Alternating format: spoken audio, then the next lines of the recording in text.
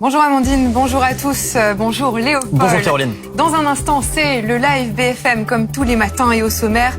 On reviendra sur les incendies avec le passage aux aveux du pyromane de l'Hérault. Il s'agit d'un sapeur forestier involontaire. Son profil dans un instant. On reviendra aussi sur la visite du prince héritier saoudien Mohamed Ben Salman qui suscite, vous le savez, l'indignation des défenseurs des droits de l'homme. Une longue poignée de main avec Emmanuel Macron et un dîner de travail qui font polémique sur fond de crise énergétique. Et puis un combat de chiffres également ce matin, Caroline, entre d'un côté Pierre Moscovici, de l'autre le gouvernement et Bruno Le Maire. Où en est-on? Se dirige-t-on vers une récession et quelles conséquences dans votre quotidien? On en parlera dans quelques instants avec nos invités, alors qu'on apprend que l'inflation à l'instant accélère à 6,1% sur un an en juillet, selon l'INSEE. Puis enfin, on évoquera le phénomène des rodéos urbains avec des images qu'on va vous montrer assez impressionnantes.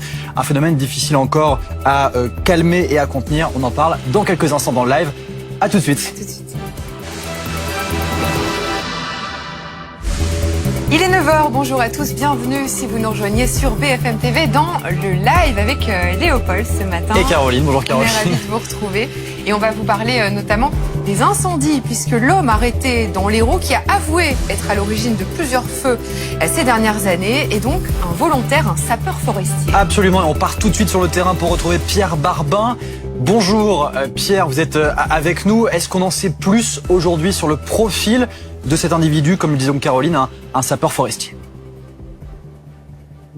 Oui, ce que l'on peut dire, c'est d'abord, face aux enquêteurs, il a justifié ses actes en 3 points. D'abord, pour sortir du cadre familial oppressant, selon ses propres mots, aussi pour un besoin de reconnaissance sociale et surtout en raison de l'excitation, de l'adrénaline que provoquent ces interventions sur les incendies.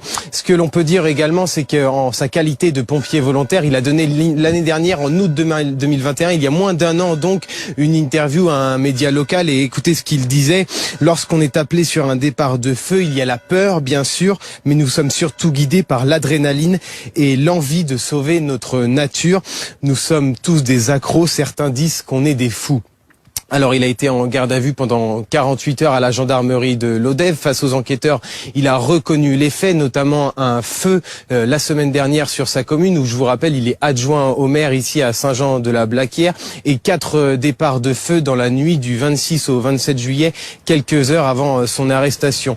Je vous l'ai dit, il a passé 48 heures en garde à vue face aux gendarmes de Lodève. Il doit maintenant être présenté à un juge d'instruction. Le parquet de Montpellier va demander son placement en détention provisoire. Il risque 15 ans de prison et 150 000 € d'amende.